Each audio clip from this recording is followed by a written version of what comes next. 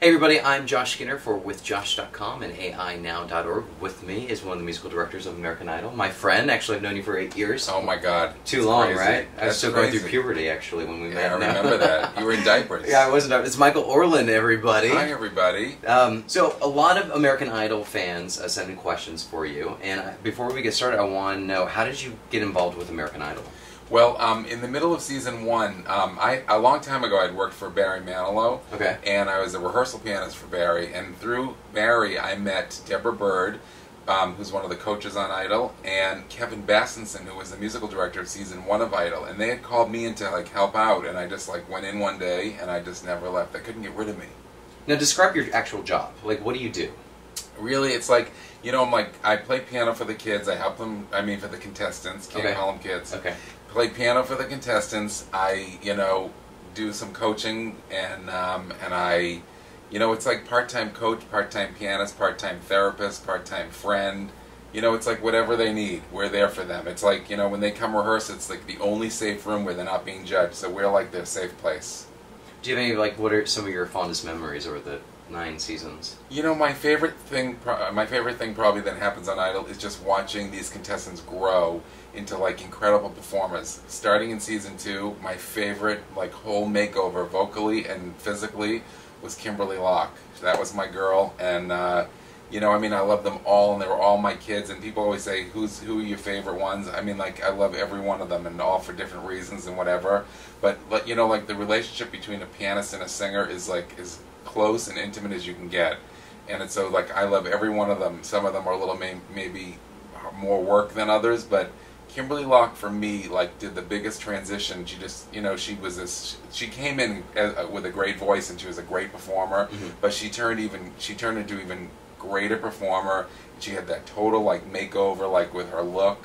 If you look back at the first day when she came in and sang Over the Rainbow with her glasses on and stuff, to when she came out in that big red hot dress, and it's just I love that she's one of my favorite stories of somebody who grew so much during the season. But every year there's someone that it's like when you watch Carrie Underwood today, she was so great on American Idol. She was beautiful and she had this great voice, but she is today the most incredible performer, and she's beautiful and she has a great voice. Okay, well, a lot of you wanted me to ask this question. It's kind of personal, but do you have any least favorite idols that you've worked with?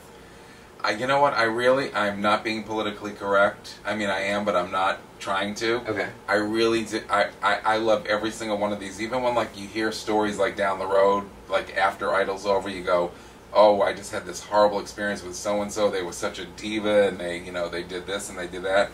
I've never, ever experienced any of that with not one of them in 9 years. Well, right now I'm going to do a little segment called Idols Ask Idols. Oh. And I was racking my brain what idol. I'm scared! What idol would be best? So I spoke with Kimberley Caldwell this morning. Oh, I love that girl. Yeah, she loves you too. In fact, she actually says, please tell Michael I miss him and I want to squeeze his bum. Wow, that's really interesting. Hopefully I can be second in line for that. Okay, I see. Yeah. Well, has she done that before? She has, but now she needs smaller arms to go around me. Okay. Well, See, congratulations. Yeah. That's another story. Okay, that's a whole different video. Okay, so her question is, what season out of the 9 had the most out-of-control contestants? Out of control? I don't know what she means by out of control. She says they were outfits. pretty bad. No, she said they were pretty rowdy and rambunctious. She said they drove people bananas. I think, I never experienced that, but I heard stories, of producers of who had to go through things other than what we did. I think season 2 was a particularly rowdy season. That was the year, I remember that mansion they lived in. And it was Clay, Ruben, Caldwell, Locke. Exactly. That was and the others.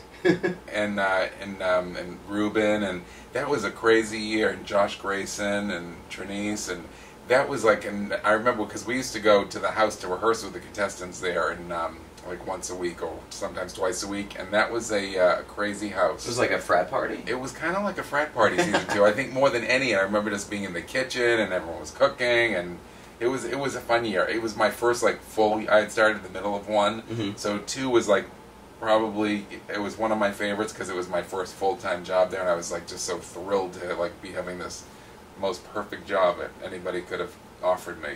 Now, I was reading your bio, and it sounds like you were kind of like a child prodigy. You started playing like when you were 3 years old and you were playing by ear. Yeah, and until I got a really bad earache, and then I started playing with my fingers. No, come like on. banging your head. Oh, the jokes keep coming. Okay. So talent here, folks, is talent.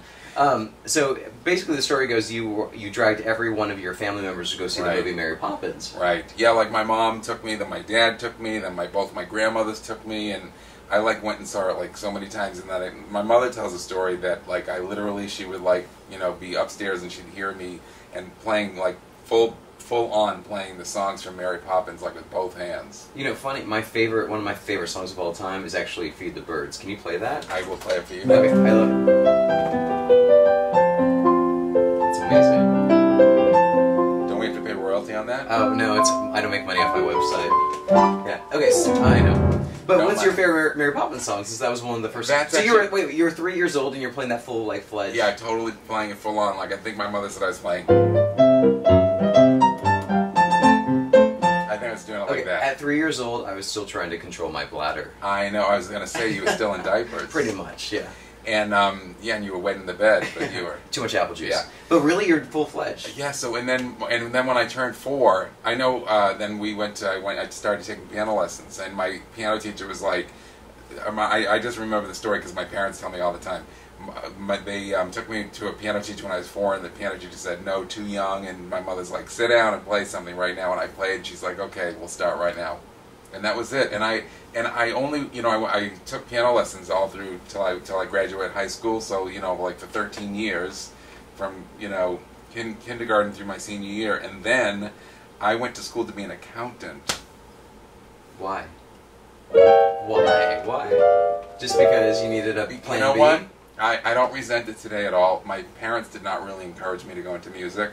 They really wanted me to they're like, go be an accountant, and on April 16th when you're done, you'll like sit down at the piano and relax. And I didn't know any better, so I was like, okay. And then 2 years later, I was like, this is not for me. And I don't encourage anybody to drop out of school, but I wanted nothing else but to do music and to do piano.